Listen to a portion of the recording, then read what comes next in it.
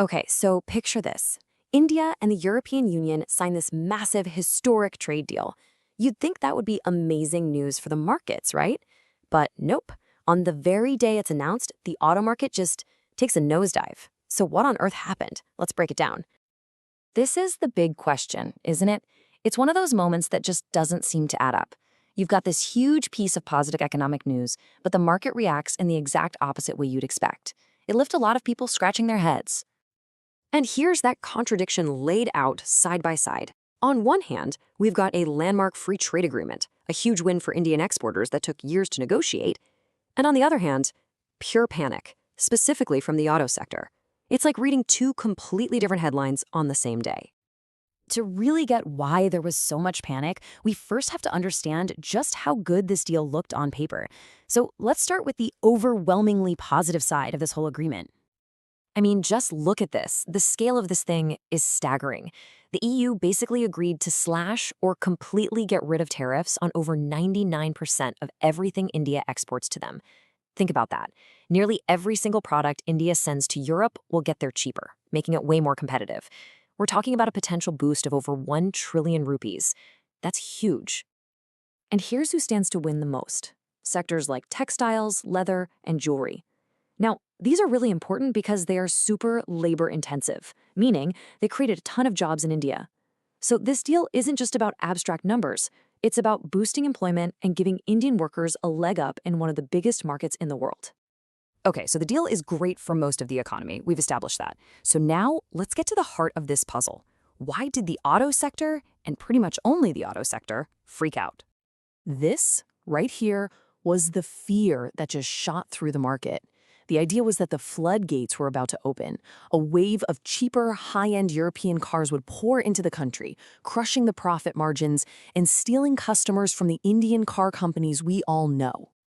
And this wasn't just some vague worry. You could see it in the numbers clear as day.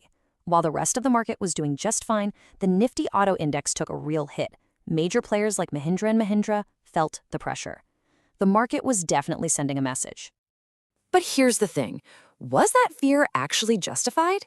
This is the point in the story where we get to separate the market's gut reaction from the cold, hard facts that were buried in the fine print of the deal.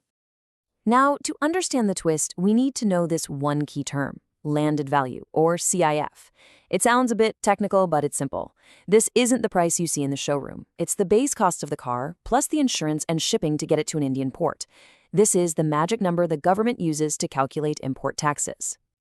And here it is, the number that changes everything, $40,000. This one single figure, tucked away in the details of the agreement, is the crucial piece of the puzzle that the market's initial panic totally missed.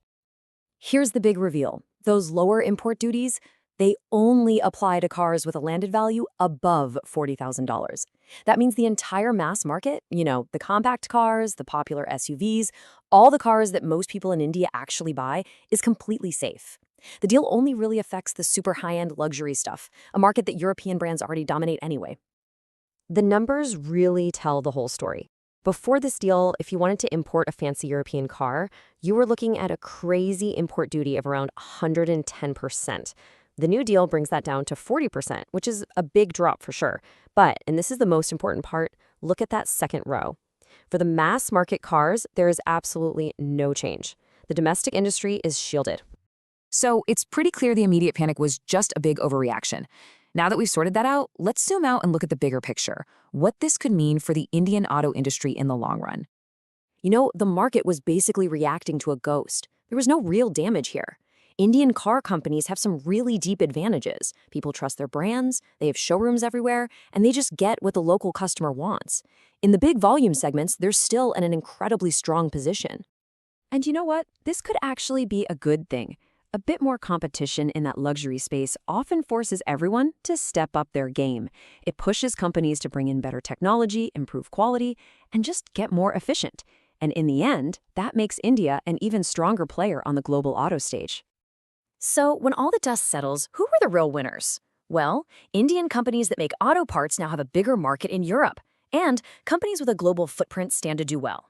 And of course, for anyone in India who's been dreaming of owning a high-end European car, that dream just got a little closer to reality. What we saw here was really a classic case of the market panicking first and reading the fine print later. It really makes you wonder, doesn't it? Was that dip, the one driven by short-term fear, actually a long-term opportunity for anyone who took the time to understand the real story? Well, that's a question for you to think about.